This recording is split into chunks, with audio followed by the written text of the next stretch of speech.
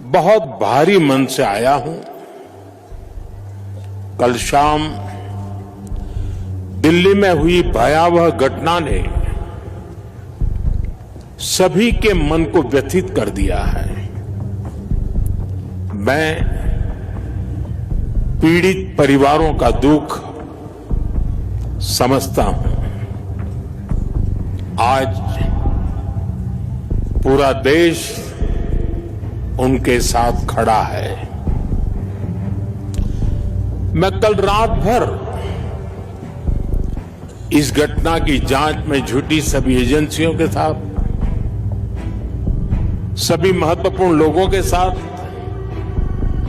संपर्क में था, विचार विमर्श चलता था, जानकारियों के तार जोड़े जा रहे थे। हमारी एजेंसियां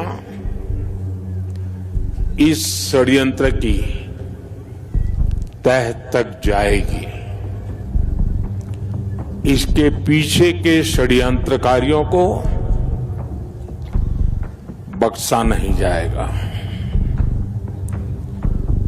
All those responsible